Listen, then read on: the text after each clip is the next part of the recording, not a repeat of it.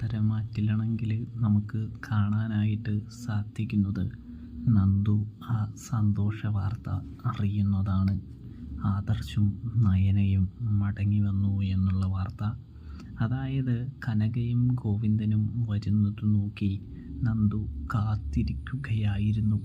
എന്തായിരുന്നു അനന്തപുരിയിൽ ഫങ്ഷനും കാര്യങ്ങളും, വല്ലൊരു ബർത്ത്ഡേ ആയിരുന്നോ വല്ല ആനിവേഴ്സറി ആയിരുന്നോ എന്നൊക്കെ അറിയാനായിട്ട്. ഇതേ സമയം അവർ ചിരിച്ചുകൊണ്ട് വരുന്നത് കണ്ട് നന്ദു ആണെങ്കിൽ എന്താ കാര്യമെന്ന് ചോദിക്കുന്നു. ഇതേ സമയമാണെങ്കിൽ കാര്യം വ്യക്തമാക്കുന്ന കനകയെയും ഗോവിന്ദനെയും കാണാം.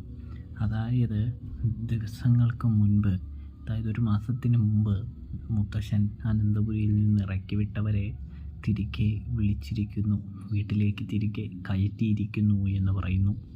അത് കേട്ടതും എന്താ നിങ്ങൾ പറയുന്നത്, എനിക്ക് മനസ്സിലാവുന്നില്ല എന്ന് പറയുമ്പോൾ വേറെ ഒന്നുമല്ല മോളെ. അതായത് ആദർശിനെയും നയനിയെയും വളരെ രാജകീയമായി തന്നെ പട്ടും പരവതാനിയും പൂക്കളും ഒക്കെ തെളിച്ച് നല്ല രീതിയിലാണ് സ്വീകരിച്ചത് എന്ന് പറയുമ്പോൾ സത്യമാണോ പറയുന്നത് എന്ന് ചോദിക്കുന്നു. അതേ മോളെ, അവർ രണ്ടുപേരും ആ മൂർത്തി സാറ് തിരികെ വീട്ടിലേക്ക് ക്ഷണിച്ചു എന്ന് പറയുന്നു. അവരിപ്പോൾ വീട്ടിലുണ്ട്.